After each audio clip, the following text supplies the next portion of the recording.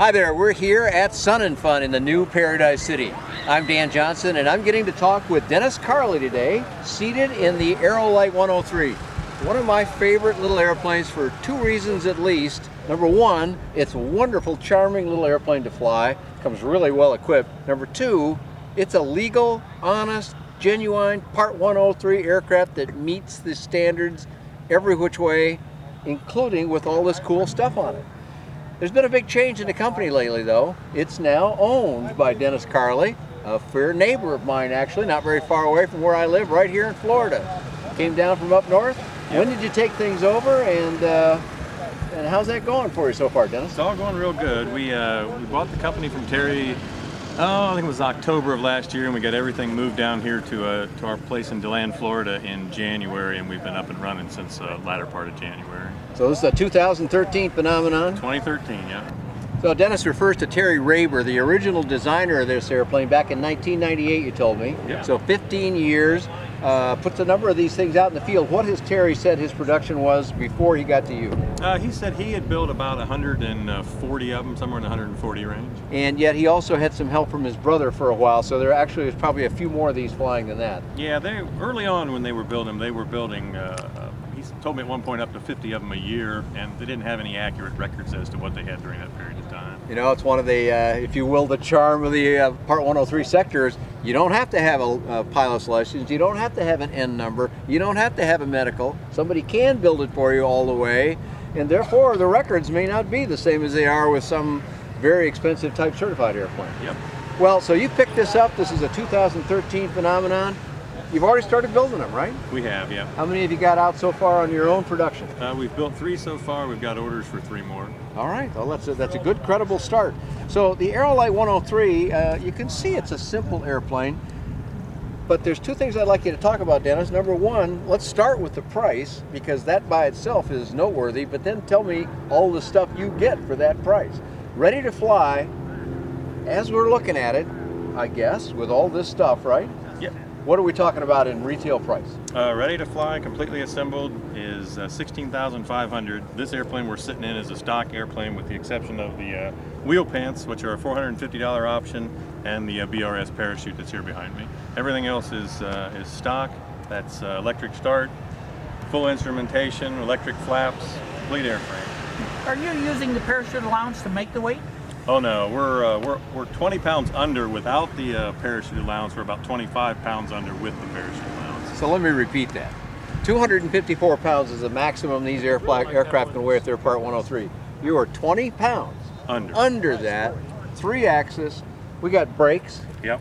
We've got electric start engine. Correct. How much power on the engine? We'll go back and look at the engine, but how much power do we have? 28 horsepower. 28 horsepower, which I'm guessing makes this airplane perform very nicely. Yep. And yoke control for, you know, a lot of folks like stick, but a lot of folks grew up with yoke, so they prefer yoke. Flaps. Electric flaps. And for an optional price, which still keeps it well under $20,000, you can have the parachute as well. Correct, yep. You know, I don't know how much more you need on an airplane, and $16,500, you can't buy an average price automobile for that these days. Yep, that's right. So, as you work with this now, how do you go about building these? Grab a tube, start drilling, or are you in a production line? No, we've got a production facility set up in one of our hangars in DeLand.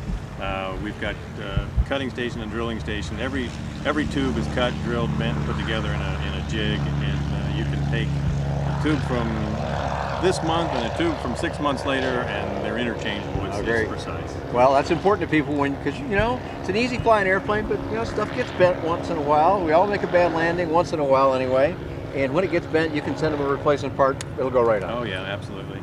You've been at this facility for quite a while, and you've built quite a few other airplanes, have you not? Yeah, we've been here in DeLand for 8 years. I've been doing this full time for 13 years now, and I've built about 100 airplanes in that period of time. A number of award winners too. Yeah, we had a grand champion light sport aircraft here at Sun and Fun in 07 or 08. That was a 2-place challenger on puddle jumper floats. Same year we had a best in class ultralight. That was a Quicksilver Sport 2S with a HKS 700E engine.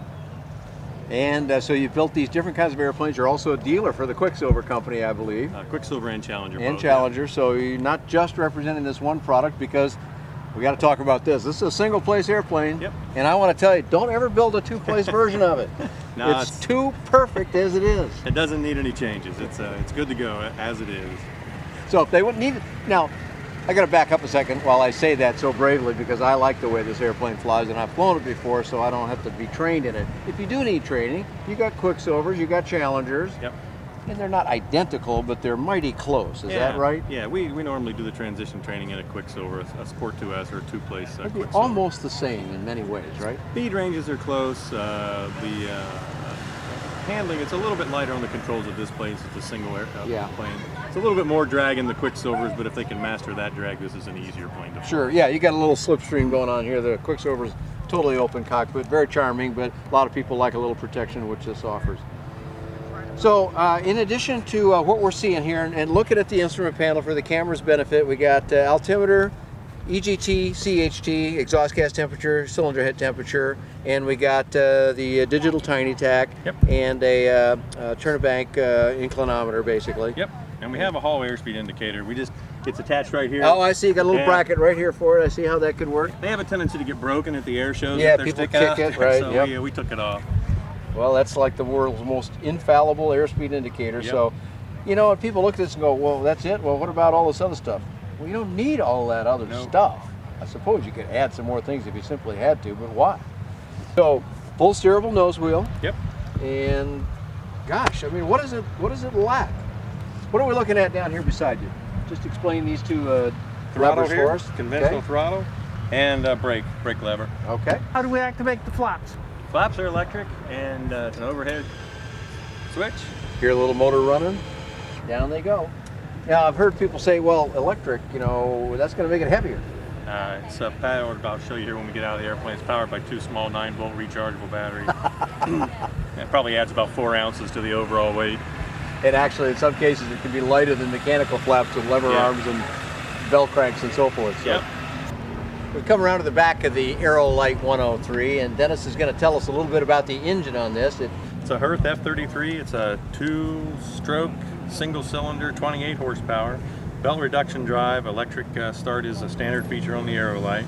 And it's a 28 horsepower, plenty of horsepower for it to fly. It's a nice lightweight package, all up installed. It weighs less than 60 pounds. Is there a charging system on it too? Yeah, it has a charging system, and the electric start, I don't know if you can see the battery in there, but we use a lightweight lithium battery. The battery pack itself weighs 1 pound 5 ounces. So if somebody wanted to put strobes or something like that on, they could do that? Oh yeah, you can run electrics off of it. Yeah. What does 28 horsepower translate into, let's say, climb performance, the acid test of engine? With me flying it, I'm 190 pounds. We're close to sea level, you know, on a 70-degree day, 75-degree day, about 500 to 600 feet per minute. Wow, so that's a perfectly good number. What kind of fuel burn does the engine produce at, let's say, cruise first? Yeah, depending on what RPM you're running, most guys plan for 1.5 gallons to 2 gallons an hour. Under 2 gallons an hour, though. And you're if you're following the benchmark, you got a 5-gallon gas tank down there. That's what's required under Part 103, no more than that. It's 2 gallons an hour. We're talking $8 an hour to go flying in your little airplane. Can't beat that. Can't beat that with a stick. What kind of cruise do we have on it? 55 to 60 miles an hour. So it's well within the Part 103? Oh yeah. 55 knots, 63 miles an hour that translates to. That's the limit within Part 103. Terry designed it to meet the limit. It does. Yep. So what's the stall? Then one of the other numbers it's got to do is what is the stall? 26 miles an hour. 26 miles an hour. It's 24 knots what's called out. And so it's right on the money on that. You're running the show now with Aerolite 103. Built 3, got 3 more going, many more we hope. Where do we find out more than we've talked about on this video, website-wise? Website's the same as it was, fly103.com. Fly103.com, pretty easy. We'll put that up on the screen for everybody watching at their computer or on their smart TV or whatever.